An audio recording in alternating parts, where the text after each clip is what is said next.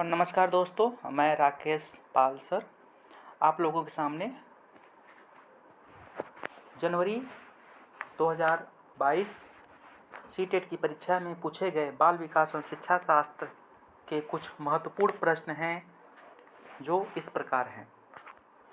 पहला प्रश्न, उस विशिष्ट समय को कहा जाता है जब बच्चे उनके वातावरण में खास प्रकार से उद्दीपन के प्रति विशेष रूप से गरक्षम होते हैं। खाली स्थान है पहला, कौन सा आंसर सही होगा इसमें? इसमें सही आंसर है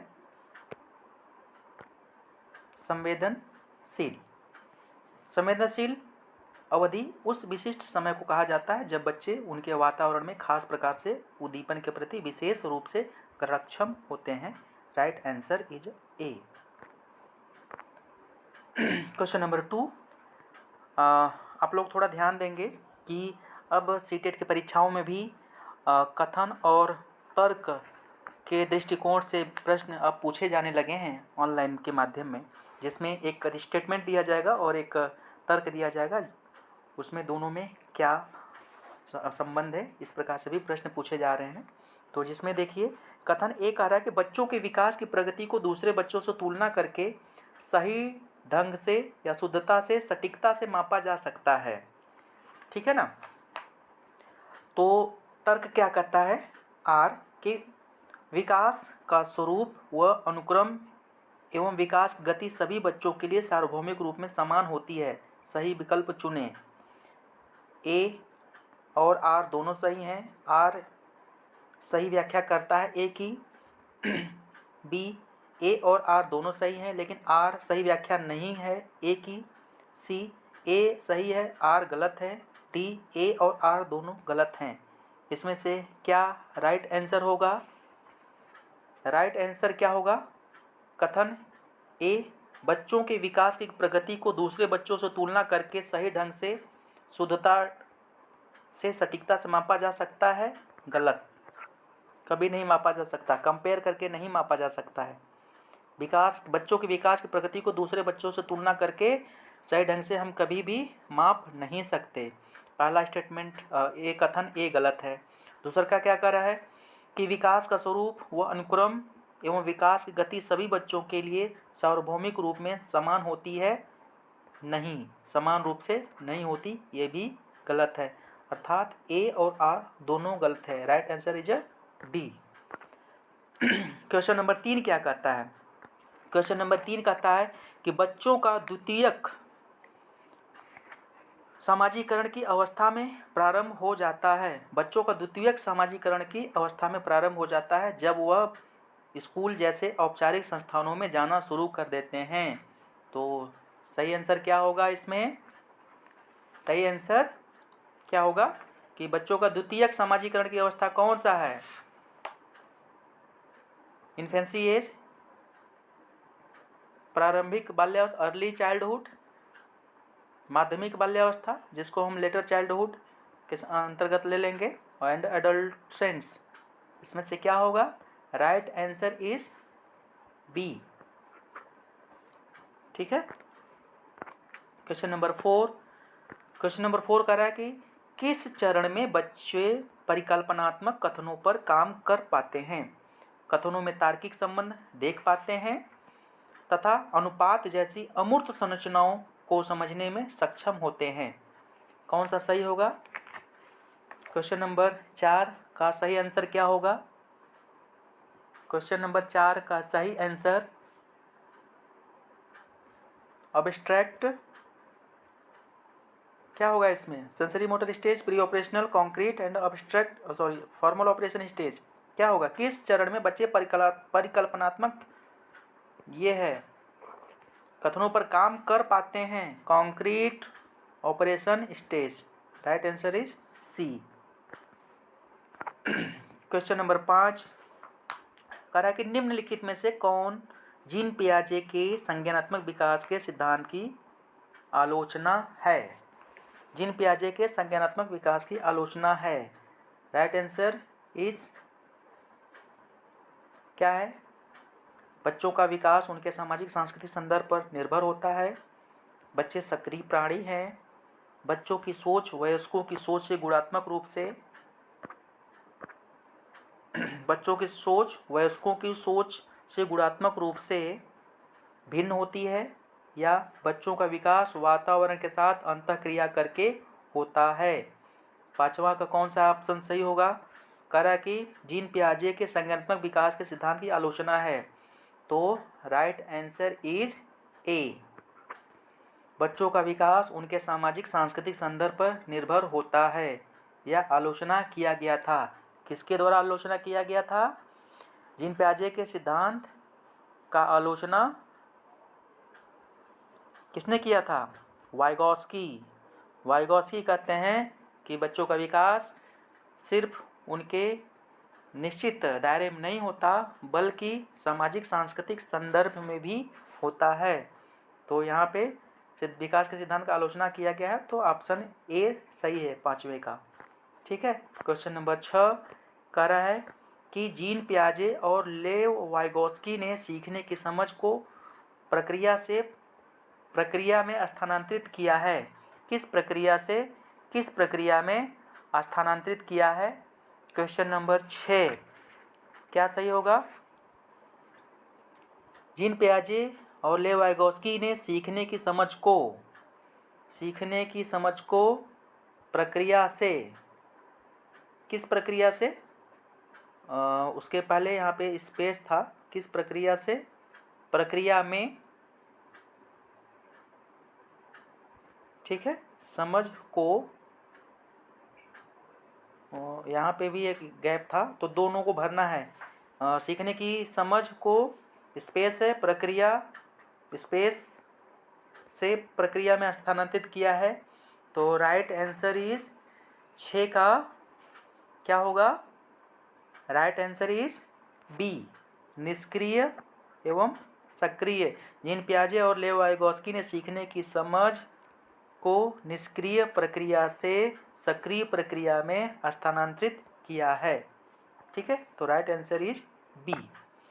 क्वेश्चन नंबर 7 क्या कहता है कि लेव वाइगॉस्की के अनुसार सीखने का आधार क्या है? लेव वाइगॉस्की के अनुसार सीखने का आधार क्या है? सामाजिक अंतःक्रिया, पुनर्बलन, दोहराव व अभ्यास, स्कीम की संरचना में परिवर्तन। तो राइट आंसर इज सामाजिक अंतःक्रिया, क्योंकि लेव वाइगॉस्की सोशल कल्चरल थ्योरी की बात करते हैं। ठीक है। सामाजिक अंतःक्रिया सोशल कंटेक्स्ट में सीखने की बात करते हैं। Right answer is A. Question number 8 Lawrence Kohlberg द्वारा प्रतिपादित नैतिक विकास के किस स्तर पर व्यक्ति विश्वास रखते हैं कि समाज को अपने नियमों में समय के साथ बदलाव करने की जरूरत है? लॉरेंस कोहल वर्ग द्वारा प्रतिपादित नैतिक विकास के किस स्तर पर? 3 स्तर इसमें होता है। 3 स्तर की बात करते हैं, conventional, pre conventional and post conventional level. तो किस स्तर पर यहाँ पे कहते हैं कि अपने नैतिक नियमों में समय के साथ बदलाव की जरूरत है? इसमें से क्या सही आंसर होगा? राइट आंसर इज सामाजिक क्रम नियंत्रण अभिन्यास। ठीक है। मतलब समाज में जो नियम बनाए जाते हैं वह समाज के लोगों के लिए ही बनाए जाते हैं, इसलिए कुछ नियमों को समय समय पर बदलने की आवश्यकता होती है या उसमें बदलाव करना चाहिए। सामाजिक क्रम नियंत्रण अभिन्यास। Right answer is C. Question number 9 कि हार्वर्ड गार्डनर के बहुबुद्धि सिद्धांत के अनुसार निम्नलिखित में से कौन सा जोड़ बुद्धि के प्रकार और अंतःस्थिति अनुपालन संभावना के अनुसार सही है? बुद्धि का प्रकार भाषिक अंतःस्थिति अनुपालन संभावना लेखापाल। बी बुद्धि का प्रकार स्थानिक अंतःस्थिति अनुपालन संभावना वास्तुकार। ऑप्शन नंबर सी बुद्धि का प्रकार शारीरिक गति संवेदनात्मक अंतःस्थिति अनुपालन संभावना गायक। ऑप्शन नंबर डी बुद्धि का प्रकार प्राकृतिक अंतःस्थिति अनुपालन संभावना शिक्षक। राइट आंसर क्या होगा? 9 का right answer is D. Right answer is D, बुद्धि का प्रकार प्राकृतिक अंतःस्थिति अनुपालन संभावना शिक्षक। हावर्ड गार्डनर के बहुबुद्धि सिद्धांत के अनुसार कौन सा जोड़ बुद्धि के प्रकार और अंतः स्थिति का अनुपालन संभावना के अनुसार सही है? तो right answer is D. Question number 10 कहता है कि बाल केंद्रित शिक्षा में शिक्षक की भूमिका होती है। बाल केंद्रित शिक्षा में शिक्षक की भूमिका क्या होती है? तो शिक्षक की भूमिका क्या होती है? निर्देश देता है, विद्यार्थी अंधवत अनुसरण करते हैं, नहीं, गलत है। बच्चों व सीखने की प्रक्रिया को सामाजिक रचनावादी रूप में देखता है, एक कठोर व मानकीकृत पाठचर्या तय करता है और आकलन का इस्तेमाल करके विद्यार्थियों को श्रेणियों में बांटने के लिए करता है। तो बाल केंद्रित शिक्षा में शिक्षक की जो भूमिका होती है, बच्चों व सीखने की प्रक्रिया को सामाजिक रचनावादी रूप में शिक्षक देखता है। तो राइट आंसर इज बी। ठीक है, 10 का बी सही है। कह रहा कि क्वेश्चन नंबर 11, राष्ट्रीय शिक्षा नीति 2020 के अनुसार विद्यार्थियों ने सीखने का रिपोर्ट कार्ड, ये नहीं रहेगा। राष्ट्रीय शिक्षा नीति 2020 के अनुसार विद्यार्थियों ने सीखने का रिपोर्ट कार्ड जो अभिभावकों को दिया। क्वेश्चन नंबर 11 को मैं पुनः फिर से एक बार क्लियर करता हूँ। राष्ट्रीय शिक्षा नीति 2020 के अनुसार विद्यार्थियों का रिपोर्ट कार्ड जो अभिभावकों को दिया जाएगा वह है 2020 के अनुसार विद्यार्थियों का रिपोर्ट कार्ड जो अभिभावकों को दिया जाएगा वह क्या होगा? ए, मानक संदर्भित परीक्षण पर आधारित होना चाहिए। बी, मापदंड संदर्भित परीक्षण पर आधारित होना चाहिए। सी, विद्यार्थियों के प्रदर्शन को उनके सहपाठियों से तुलना करके रूप में प्रस्तुत करें या विद्यार्थियों की प्रगति व विशेषता को प्रतिबिंबित करें। क्या राइट आंसर होगा? राइट आंसर इज डी, विद्यार्थियों की प्रगति व विशिष्टता को प्रतिबिंबित करें। राष्ट्रीय शिक्षा नीति 2020 के अनुसार विद्यार्थियों का रिपोर्ट कार्ड जो अभिभावकों को दिया जाएगा वह विद्यार्थियों की प्रगति व विशिष्टता को प्रतिबिंबित कर सके। ये राइट आंसर डी। ठीक है, क्वेश्चन नंबर 12, सामाजिक आर्थिक रूप से वंचित समूहों के छात्रों का अवधारणा सुनिश्चित करने के लिए राष्ट्रीय शिक्षा नीति 2020 प्रस्तावित करता है कि पाठचर्या और शिक्षा शास्त्र होना चाहिए। क्या होना चाहिए? परीक्षाओं पर केंद्रित होना चाहिए, पाठ्यपुस्तकों पर केंद्रित होना चाहिए, संलग्न और संदर्भित होना चाहिए, मानकीकृत व एकीकृत होना चाहिए। क्या होना चाहिए? राइट आंसर इज सामाजिक आर्थिक रूप से वंचित समूहों के लिए छात्रों का जो अवधारणा सुनिश्चित किया गया है राष्ट्रीय शिक्षा नीति 2020 का प्रस्तावित करता है, क्या करता है? पाठचर्या और शिक्षा शास्त्र संलग्न और संदर्भित होना चाहिए। Option number C is right. ठीक है, 12 का सी है। क्वेश्चन नंबर 13 कह रहा है कि लिंग ... है जबकि जेंडर ... है, क्या है? क्वेश्चन नंबर 13, जैविक सामाजिक संरचना, जैविक सांस्कृतिक सामाजिक, सामाजिक सांस्कृतिक। लिंग क्या है? लिंग जैविक है जबकि जेंडर सामाजिक संरचना है। ठीक है, ये बायोलॉजिकल फैक्टर्स होता है लिंग, और जबकि जो जेंडर जो लैंगिक संरचनाएं बनाई जाती हैं वो सामाजिक आधार पर निर्माण किया जाता है जेंडर को, कि ये पुरुष है स्त्री है, समाज के द्वारा निर्धारित किया जाता है, जबकि लिंग का निर्धारण बायोलॉजिकल होता है। तो right answer is A. Question number 14 क्या कहता है? क्वेश्चन नंबर 14 कि बच्चों का मूल्यांकन करने के लिए शिक्षकों को निम्नलिखित में से किन तरीकों का प्रयोग करना चाहिए? हाँ, क्वेश्चन नंबर 14 बताइए कौन सा सही होगा? समूह में कार्य, कक्षा में भागीदारी, पोर्टफोलियो, प्रस्तुतिकरण। क्या क्या सही है इसमें? कई ऑप्शंस आपको मिला करके 3 और 4 सही है, 2, 3, 4 सही है, 1, 3, 4 सही है, 1, 2, 3, 4 सही है। क्या सही होगा इसमें? क्वेश्चन नंबर 14 का राइट आंसर आपका क्या है? बच्चों का मूल्यांकन करने के लिए शिक्षकों को निम्नलिखित में से किन किन तरीकों का उपयोग करना चाहिए? तो समूह में कार्य करना चाहिए, ये भी सही है, कक्षा में भागीदारी ये भी सही है, पोर्टफोलियो ये भी सही है, प्रस्तुतिकरण ये भी सही है, अर्थात 1, 2, 3, 4 राइट आंसर इज डी। ठीक, क्वेश्चन नंबर 15 क्वेश्चन नंबर 15 क्या कहता है, भाषा व संज्ञानात्मक विकास के बारे में निम्नलिखित में से कौन सा कथन सही है। क्वेश्चन नंबर 15 क्या कहता है, भाषा व संज्ञानात्मक विकास के बारे में कौन सा कथन सही है। भाषा के संज्ञानात्मक विकास में महत्वपूर्ण भूमिका होती है, भाषा के संज्ञानात्मक विकास में कोई भूमिका नहीं होती, भाषा संज्ञानात्मक विकास की प्रक्रियाओं में बाधा उत्पन्न करती है, भाषा और संज्ञानात्मक विकास स्वतंत्र प्रक्रियाएं हैं। राइट आंसर इज क्या होगा, भाषा और संज्ञानात्मक विकास के बारे में निम्नलिखित में से कौन सा कथन सही है। तो भाषा के संज्ञानात्मक विकास में महत्वपूर्ण भूमिका है। राइट आंसर इज ए। ठीक है। क्वेश्चन नंबर 16 कहता है क्या कि निम्नलिखित में से किसे दिव्यांगजन अधिनियम 2016 में बढ़ावा दिया गया है। यस, फिजिकल स्पेशल एजुकेशन के अंतर्गत यहाँ बात किया गया है। जो हैंडीक्राफ्टेड बालक होते हैं वो किस अधिनियम माने अधिनियम 2016 में बढ़ावा दिया गया। किसको, दिव्यांगजनों के लिए विशिष्ट शिक्षा की अनिवार्यता, दिव्यांगता के आधार पर अधिकारों के उपागमन में भेदभाव, दिव्यांगजनों की शिक्षा के अधिकार से बेदखल या जीवन के सभी क्षेत्रों में समानता और गैर भेदभाव। क्वेश्चन नंबर 16 का राइट आंसर इज क्या होगा, दिव्यांगजन अधिकार अधिनियम 2016 में बढ़ावा दिया गया था। बढ़ावा दिया गया था किसको, जीवन के सभी क्षेत्रों में समानता और गैर भेदभाव। Right answer is D. Question number 17, समावेशी शिक्षा निम्नलिखित में से किसकी जरूरतों को पूरा करने में मदद करती है। इंक्लूसिव एजुकेशन किसकी जरूरतों को पूरा करने में मदद करती है। प्रत्येक विद्यार्थियों की, केवल धार्मिक अल्पसंख्यकों के विद्यार्थियों की, केवल दिव्यांग विद्यार्थियों की, केवल प्रतिभावान विद्यार्थियों की। राइट आंसर इज क्या है, समावेशी शिक्षा निम्नलिखित में से किसकी जरूरतों को पूरा करने में मदद करती है। प्रत्येक विद्यार्थियों की, इंक्लूसिव एजुकेशन सभी बच्चों के जरूरतों को पूरा करने में मदद करता है। तो राइट आंसर इज ए।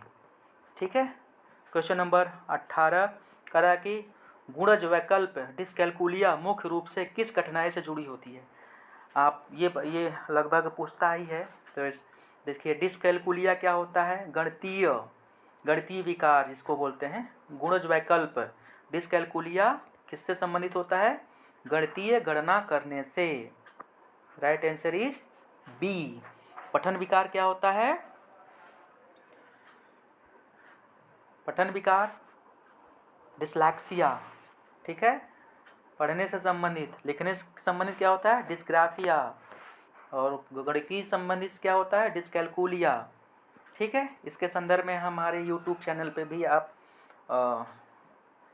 संपर्क करेंगे तो वहाँ पे मैटर आपको मिलेगा। क्वेश्चन नंबर 18 का बी सही है। क्वेश्चन नंबर 19 का कह रहा है कि निम्नलिखित में से कौन सा अभ्यास भाषण और भाषा विकारों वाले विद्यार्थियों में सफल समावेशन में बाधा उत्पन्न करेगा। ए, कार्यों और दत्त कार्यों को छोटे आसानी से प्रबंधित चरणों में विभाजित करना, अभिव्यंजक भाषा कौशल का समर्थन करने के लिए दृश्यों के उपयोग को हतोत्साहित करना, मौखिक और लिखित कार्यों के लिए पूर्व नियोजित रणनीतियों का उपयोग करना, कक्षा में श्रवण और दृश्य विकर्षणों को कम करना। 19 का कौन सा सही होगा, करा कि कौन सा अभ्यास भाषण और भाषा विकारों वाले विद्यार्थियों के सफल समावेशन में बाधा उत्पन्न करेगा। तो राइट आंसर इज बी। ठीक है, करा कि अभिव्यंजक भाषा कौशलों का समर्थन करने के लिए दृश्यों के उपयोग को हतोत्साहित करना। ठीक है, क्वेश्चन नंबर 19 का बी राइट है। क्वेश्चन नंबर 20 प्रतिभाशाली विद्यार्थियों की आवश्यकताओं को पूरा करने के लिए शिक्षिका को निम्नलिखित में से किससे बचना चाहिए। बताइए, जो प्रतिभाशाली बालक होते हैं उनकी आवश्यकताओं को पूरा करने के लिए शिक्षिका को किससे बचना चाहिए। ऑप्शन नंबर ए, विद्यार्थियों को स्वतंत्र परियोजनाओं को आगे बढ़ाने की अनुमति देना, पाठचर्या त्वरण के लिए लचीलेपन का अपनाना, एक आयामी पाठ्यक्रम लागू करना, उत्तेजक संवर्धन गतिविधियां प्रदान करना। इसमें क्या सही होगा, किसी भी प्रतिभाशाली बच्चों की आवश्यकताओं को पूरा करने के लिए शिक्षिका को एक आयामी पाठ्यक्रम लागू करना चाहिए। ठीक है, निम्न से किससे बचना चाहिए, तो एक आगामी पाठ्यक्रम लागू करना से बचना चाहिए। ठीक है, उनके लिए पहले से व्यवस्था नहीं करनी चाहिए। तो राइट आंसर इज सी, इससे शिक्षिका को बचना चाहिए जो प्रतिभाशाली बालक होते हैं। क्वेश्चन नंबर 21, अभिकथन ए, किसी नए संप्रत्यय का शिक्षण शुरू करने से पहले एक शिक्षिका को पूर्वापेक्षित ज्ञान की समीक्षा कर लेनी चाहिए। यह विद्यार्थियों को नए संप्रत्यय को समझने के लिए आवश्यक जानकारी को ध्यान में लाने में मदद करेगा। कारण आर, शारीरिक दंड का अभ्यास शिक्षार्थियों के अवांछित व्यवहार को सुधारने की रणनीति के रूप में नहीं किया जाना चाहिए। क्या इसमें सही होगा? ए और आर दोनों सही होगा। आर ए की सही व्याख्या करता है, ए और आर दोनों सही है, लेकिन आर ए सही की व्याख्या नहीं करता है। ए सही है, आर गलत है, ए और आर दोनों गलत हैं। क्या सही होगा? क्वेश्चन नंबर 21 करा कि क्वेश्चन नंबर 21 में करा कि किसी नए प्रत्यय का शिक्षण शुरू करने से पहले एक शिक्षिका को पूर्वापेक्षित ज्ञान की समीक्षा कर लेनी चाहिए। यह विद्यार्थियों को नए संप्रत्यय को समझने के लिए आवश्यक जानकारी को ध्यान में लाने में मदद करेगा। क्या ये सही है? हाँ, ये सही है। ठीक है, कारण क्या है? शारीरिक दंड का अभ्यास शिक्षार्थियों के अवांछनीय व्यवहार को सुधारने की रणनीति के रूप में नहीं किया जाना चाहिए। शारीरिक दंड क्या देना चाहिए? नहीं। इरेलेवेंट बिहेवियर को कम करने के लिए क्या हमें फिजिकल पनिशमेंट देना चाहिए? नहीं देना चाहिए। तो ये भी सही है। तो क्या कह रहा है कि ए और आर दोनों सही हैं। तो ए और दोनों से क्या आर ए की सही व्याख्या करता है या ए आर सही की व्याख्या नहीं करता है? तो किसी नए संप्रत्यय का शिक्षण शुरू करने से पहले एक शिक्षिका को पूर्वापेक्षित ज्ञान की समीक्षा कर लेनी चाहिए। यह विद्यार्थियों को नए संप्रत्यय को समझने के लिए आवश्यक जानकारी को ध्यान में लाने में मदद करेगा। इसकी सही व्याख्या आर नहीं करता, अर्थात ए और आर दोनों सही है, लेकिन आर सही व्याख्या नहीं है ए की। ठीक है, तो हमारा question number B is right. Question number 22 क्या कहता है? कोई भी अध्यापन जो विषय वस्तु को अपने आप में एक अंत मानता है वे विद्यार्थियों के बीच पैदा कर सकता है। क्या? महारत के लिए सराहना, नवाचार की इच्छा, सीखने की अभिप्रेरणा, अन्वेषण के लिए प्रतिरोध। क्या होगा सही आंसर इसका? कोई भी अध्यापन जो विषय वस्तु को अपने आप में एक अंत मानता है जो विद्यार्थियों के बीच पैदा कर सकता है। राइट आंसर इज डी, अन्वेषण के लिए प्रतिरोध। ठीक है, क्वेश्चन नंबर 23 फिर अभिकथन ए, विद्यार्थियों को विभिन्न अधिगम रणनीतियों का उपयोग कब, कहाँ और क्यों करना है इसके बारे में स्वनियामक ज्ञान सिखाया जाना चाहिए। कारण आर, एक अधिगम रणनीति को बनाए रखने और उसे नियोजित करने की संभावना बढ़ जाती है यदि विद्यार्थियों को पता है कि इसका उपयोग कब और कहाँ करना चाहिए। तो ए और आर दोनों सही है, आर सही व्याख्या नहीं करता है ए की। ए और आर दोनों सही हैं, आर सही व्याख्या करता है ए की। ए सही है, आर गलत है, ए और आर दोनों गलत हैं। क्या सही होगा इसमें? विद्यार्थियों को विभिन्न अधिगम रणनीतियों का उपयोग कब, कहाँ और कैसे क्यों करना है इसके बारे में स्वनियामक ज्ञान सिखाया जाना चाहिए। सही है। फिर कारण कहता है एक अधिगम रणनीति को बनाए रखने के लिए उसे नियोजित करने की संभावना बढ़ जाती है यदि विद्यार्थियों को पता चलता है कि इसका उपयोग कब और कहाँ करना है। ये भी बात सही है। और यह व्याख्या करता है माने ए की रणनीतियों को बनाए रखने और उसे नियोजित करने की संभावना बढ़ जाती है यदि विद्यार्थियों को पता चलता है कि इसका उपयोग कब और कहाँ करना है, क्यों करना है या क्यों करना है। इसलिए इसकी व्याख्या करता है ए की विद्यार्थियों को विभिन्न अधिगम रणनीतियों का उपयोग कब, कहाँ और क्यों करना है इसके बारे में स्वनियामक ज्ञान सिखाया जाना चाहिए। अर्थात ए और बी दोनों सही है और आर सही व्याख्या करता है ए की। ठीक है, क्वेश्चन नंबर 24। क्वेश्चन नंबर 24 क्या कहता है कि निम्नलिखित में से कौन सा अधिसंज्ञानात्मक कौशल का उदाहरण है? किसी समस्या को हल करने में स्वयं द्वारा प्रयुक्त का मूल्यांकन करना, दो चित्रों के बीच अंतर की पहचान करना, मीथेन का रासायनिक सूत्र जानना, एक विशेष राजवंश के कालानुक्रमिक क्रम को याद करना। क्या सही होगा? 24 का कौन सा अधिसंज्ञानात्मक कौशल का उदाहरण है? तो इसका राइट आंसर इज ए। किसी समस्या को हल करने में स्वयं द्वारा प्रयुक्त कारणों का मूल्यांकन करना। राइट आंसर इज ए। ठीक है। 25 करेक्ट। एक शिक्षिका अपने विद्यार्थियों के बीच प्रक्रियात्मक ज्ञान को सुसाध्य करना चाहती है। निम्नलिखित में से कौन सा उद्देश्य के लिए उपयुक्त है?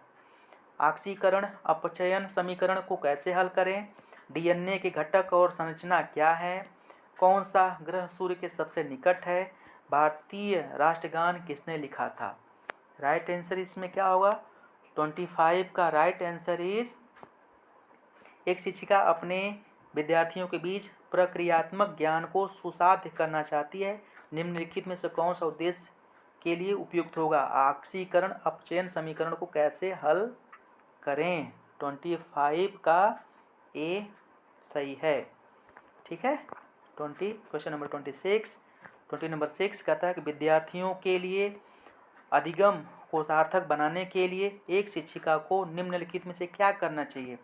पाठ्य पुस्तक सामग्री को रट कर याद करने पर जोर दें, या व्यवहार अनुकूलन के लिए उत्तेजना प्रक्रिया संघ को नियोजित करना चाहिए, या विद्यार्थियों को प्रेरित करने के लिए मूर्त पुरस्कारों का अक्सर उपयोग करें, अनुभवों पर चिंतन और मनन करने के अवसर प्रदान करें।